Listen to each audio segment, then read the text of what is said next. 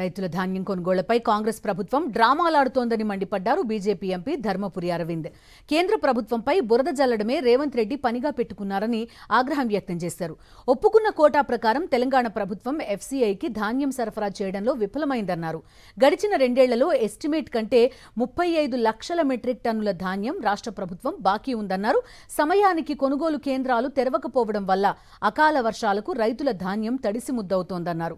ప్రభుత్వ అసమర్థత రైతుల అవస్థకు కారణమవుతోందని మండిపడ్డారు ధర్మపురి అరవింద్.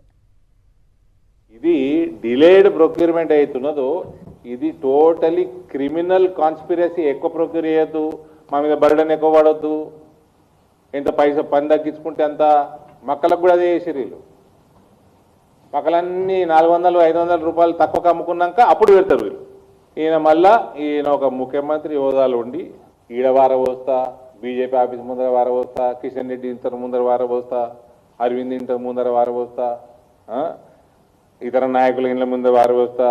నీ చేతగాంతనం, అసమర్థత, అన్నిటికంటే మించి అవివేకం ఇట్లా మాట్లాడాడు.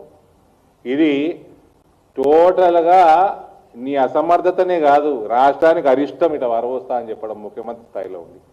నీ వల్ల అరిష్టం కలుగుతున్నది రాష్ట్రానికి. నీ చేతగాంతనం వల్ల రైతులు గోసపుచ్చుకుంటున్నావు.